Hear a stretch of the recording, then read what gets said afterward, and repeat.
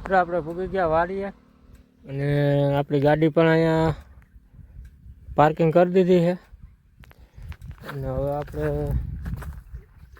પંપલા અહીંયા કાઢી નાખ્યા અને જઈએ ઓલા પારિયામાં પાણી હાલે.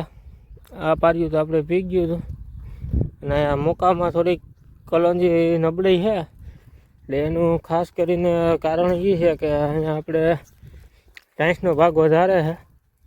એક રાયવામાં ટાઈસ છે એટલે અહીંયા પાણી ને બધું વહેલું જમીન સુકાઈ જાય એટલે થોડીક નબળી છે.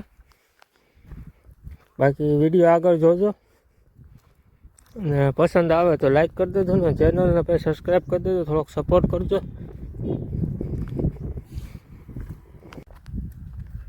તો આપણે અહીંયા પૂગી ગયા ને પાણી હાલે. હવે ખાતર નાખવાનું છે, 18 ક્યારા જેવું છે. હવે આપણે મોટર ચાલુ કરતા આવીએ ને પાણીમાં તો રગડ તાણ પાણી હાલે 2 ક્યારામાં. ના કેળી તો જો બાકાજીકી બોલાવી દીધી માલ ને આપણે ભાઈ સવારમાં નહોતા આવ્યા પાણી વાળવા. આપણો ભાઈ આવ્યો તો પાણી વાળવા. આપણે થોડીક તબિયત ઢીલી હતી એટલે સવારે ન ભૂગાનું. હવે આપણે જઈએ મોટર ચાલુ કરવા ને આપણે પૂગી ગયા અહીંયા નવાણે ને ભાઈ કીધું તો ક્યારો ચલી ગયેલો છે. એ કહેતો હતો કે ક્યારાનો પારો ફૂટી ગયો ને એટલે 2 ક્યારામાં આવ્યું એટલે આડે ક્યારામાં પાણી આવ્યું તો અહીંથી આપણે કાઢિયામાંથી નીકળી જાય. હવે આપણે કરી દઈએ મોટરને ચાલુ. એના માટે પહેલાં ઓટોમાં નાખવાની. આ ફ્યુઝ લઈ અને ફ્યુઝ ચડાવી દેવાનો. મોટર થઈ જાય ચાલુ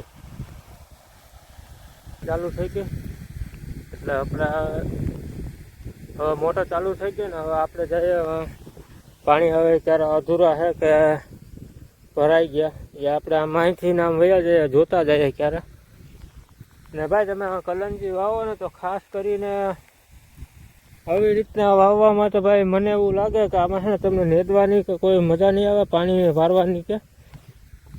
એટલે કલંજી કાં તો ક્યારામાં 9 વાયરું કરજો, 8-9 વાયરું ને કાં પછી છે ને પાટલીની વાવજો. બાકી આ છાટણિયા ટાઈપની થઈ ગઈ છે. આપણે 19 દાંતાની ઓરણીએ વાવી હતી. હવે જોઈએ પાકમાં ઉત્પાદનમાં શું ફેર પડે. એક વર્ષ પાટલીની વાવેલી હતી અને અવાર આમ વાવી એટલે બેનો અંદાજ કાઢીને ખબર પડી જાય. અને ભાઈ આ ચારા તો અધૂરા જ છે તો હવે એમાં પાછું પાણી આવવા દેવું જોઈએ.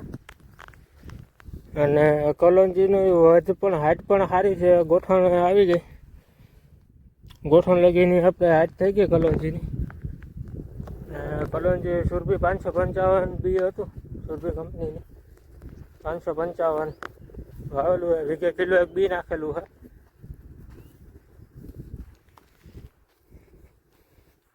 ફાઇનલી આપણે પાણી પૂરું થઈ ગયું. છેલ્લા 2 ક્યારા વધ્યા એ 2માં જાય છે પાણી ભેળું. તો હવે આપણે આવી જાય નવાણે, કેમ કે હવે અહીંથી તો હલાય એમ છે નહીં હેડે એટલે આપણે ઓલી કેરીએ ચડી જાય. હવે પછી 15 દિવસ વાત ગઈ. રગણ ધાર કરીને પાઈ તો દીધું આપણે પાણી. અહીંયા આપણે થોડુંક યુરિયા વધ્યું છે. હવે આ કેરીએ વહી જાય નવાણે. હવે 15 દિવસ પાછું પાણી પાવાનું. 15 દિવસ આપણે મોટર ચાલુ કરી દેવાની થાય.